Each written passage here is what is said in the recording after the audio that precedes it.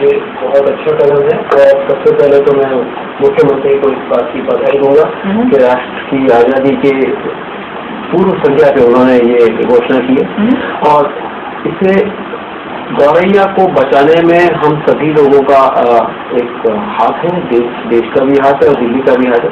जब हमारे पास के जो राज्य हैं हरियाणा और उत्तर प्रदेश दोनों जगह के राज्य पक्षी हैं, तो दिल्ली का भी एक राज्य पक्षी होना चाहिए था। हमने पिछले हफ्ते उसे एक गुहार लगाई थी कि दिल्ली का राज्य पक्षी क्यों नहीं घोषित किया जाता, तो उन्होंने कहा अब तक हमारे पास में कोई डिमांड ही नहीं आया। तो जब हम लोगों ने मीडिया के माध्यम से उनके पास में लेटर वगैरह लिखे तो आज ये घोषणा हुई, तो बहुत खुशी की बात है जी। लेकिन आप लोग चाह रहे थे कि बसंत या शकरखोरा, मैं तो नाम ही पहली बार सुन रही हूँ, ये मेरी इग्नोरेंस है, लेकिन इसको आप चाह रहे थे कि इसको बनाया जाए गौरैया की जगह। इसकी क्या वजह है? मतलब क्या इसमें भी कोई भेदभाव करना? ठीक है, हम सब जानते हैं गौरैया हमारे आंगनों में विचरा करती थी, बोलती थी, वो सुनाई नहीं पड़ती, तो गौरैया को, लेकिन आप लोग कुछ अलग डिमांड कर रहे थे, क्या वजह थी? वो उसकी वजह ये थी कि एक तो जो कॉपर स्पिट बार्बेट है, जिसको हम छोटा बटरफ्लाई कहते हैं, ये बहुत खूबसूरत पक्षी है और अगर आप उसको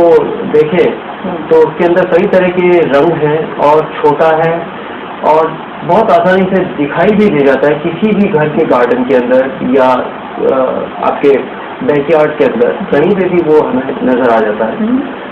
और इसकी आवाज़ भी बहुत ही खूबसूरत है, जैसे इसका नाम विदित है, बसंत ऋतु में आते ही ये बोलना शुरू कर देता है और जैसा लगता है कि जैसे किसी दूर जगह खेत के अंदर एक मोटर चल रही है और उसका वो कुक की जो आवाज़ आ रही है। आप क्या करेंगे, खूबसूरती पैमाना होनी चाहिए जब आप राज पक्षी बनाते हैं, या पैमाना ये होना चाहिए कि उसको बचाने की एक मुहिम चले, एक अभियान छिड़े, लोगों में जागरूकता आए, है ना, पक्षी प्रेमी जो है वो इकट्ठे हों और इस चिड़िया के लिए कुछ करें? क्या क्राइटेरिया होना चाहिए? मतलब हमें लगता है कि ये क्राइटेरिया ज़्यादा सही नहीं है कि आप बचाने के अभियान में जोड़ा। हाँ, बचाने के अभियान में जोड़ा जा सकता है इसको, पर अभी जिस पैमाने के ऊपर हम लोगों ने जो लोग पक्षी का अवलोकन करते हैं, बर्ड वॉचिंग करते हैं, उन सारे लोगों की एक in general opinion copper spit barbette के ऊपर, जो छोटा बटन के ऊपर थी, पर शीला दीक्षित ने हम सबसे आगे बढ़कर गौरैया को हमारा राज्य पक्षी घोषित करके बहुत ही अच्छा काम किया। किसी भी राज्य का राज्य पक्षी नहीं है। अच्छा, एक बात बताइए, क्या ये गौरैया सब कहाँ चली, कहाँ छिपी?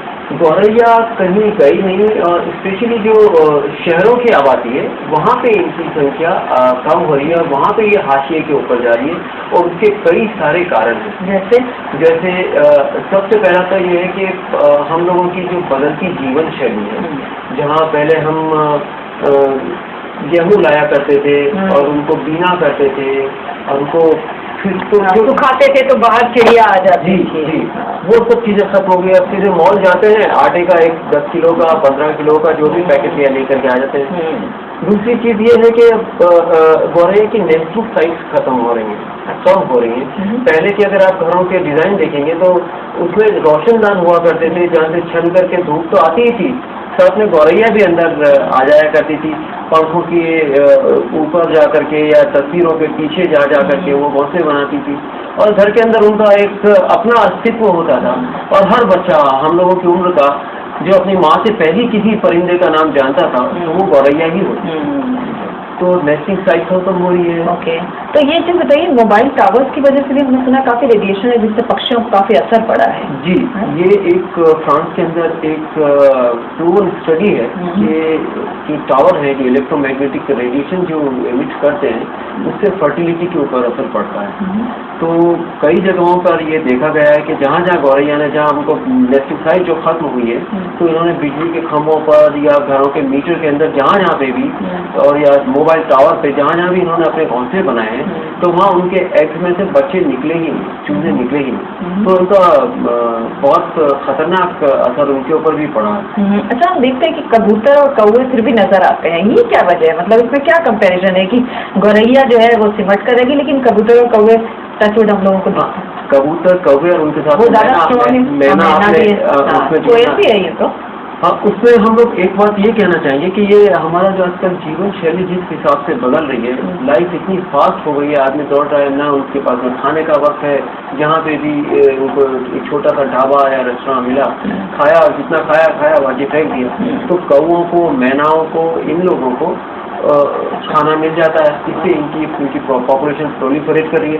जहाँ तक कबूतरों का सवाल है, कबूतरों को लोग रिलीजियसली फीड करते हैं, जहाँ पे भी देखिए चौराहों के ऊपर बाजरा, तो एक तो इनकी साइज बड़ी है गौरैया में, तो जो जगह जिन छोटी छोटी जगहों पे भी जहाँ ये रहती है, मैना से सबसे ज़्यादा इनका कॉम्पिटिशन होता है। अच्छा, तो खाने की चीज़ें ये थी।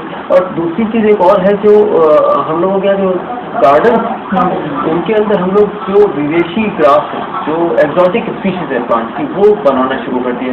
तो माइक्रो हैबिटेट खत्म हो गया। माइक्रो हैबिटेट खत्म हो गया तो उसमें जो कीट पतंगे जो आते थे उन लोगों की तादाद कम हो गई है। और कीट पतंगे गौरैया के बच्चों का जब निकलते हैं, सबसे मुख्य भोजन हो जाता है, जो प्रोटीन सप्लीमेंट का काम करता है। जैसे हम अपने बच्चों को प्रोटीन एक्स या बॉर्नवीटा देते हैं, अच्छा, तो उसी तरीके से ये इनको इंसेक्ट देती है। तो अगर इंसेक्ट और उनके लार्वी नहीं है तो उनके बच्चे।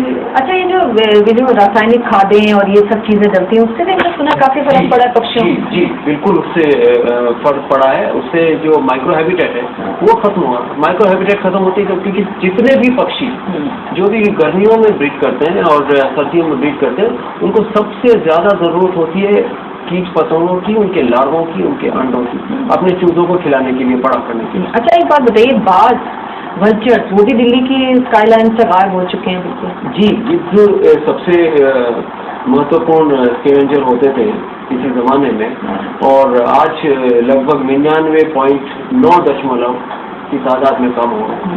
और इसका असर सिर्फ गिद्धों के कम होने के ऊपर नहीं पड़ा, इसका असर इनडायरेक्टली और डायरेक्टली हमारे समाज पे भी पड़ता है। जैसे पारसी समाज इसका ही मतलब वो अपने जो डेथ बॉडीज होती थी उनको टावर ऑफ साइलेंस पे रख देते थे ताकि ये जित आए उसको खा जाए।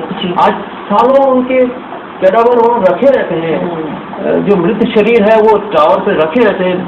हाँ, और ये गिद्ध आकर के मिलते ही नहीं गिद्ध चौक। जी, सूर्य प्रकाश जी, जिस तरह से हम जानते हैं कि बाघ बचाने के लिए, बाघ कहते हैं ना जरूरी है, अगर आपने जीना है तो बाघ जरूरी है, बाघ के लिए काफी प्रयास, लेकिन पक्षियों के लिए ऐसे प्रयास हम लोगों को नहीं दिखते। देखिए, पक्षी भी जरूरी है जिंदगी के। जी, पक्षी भी जरूरी है, और क्योंकि कड़ी में तो वो भी कहीं ना कहीं आता है। जी बिल्कुल सही फरमाया आपने कि फूड चेन जहाँ तक होती है, जो खाद्य श्रृंखला है, उसमें हमको प्रोड्यूसर से लगा करके और टर्शरी कंज्यूमर्स तक हमको देखना होता है। तो बाघ और गेंडा या हाथी ये आइकॉनिक है, इनको मैं पेज 3 एनिमल्स बोलता हूँ।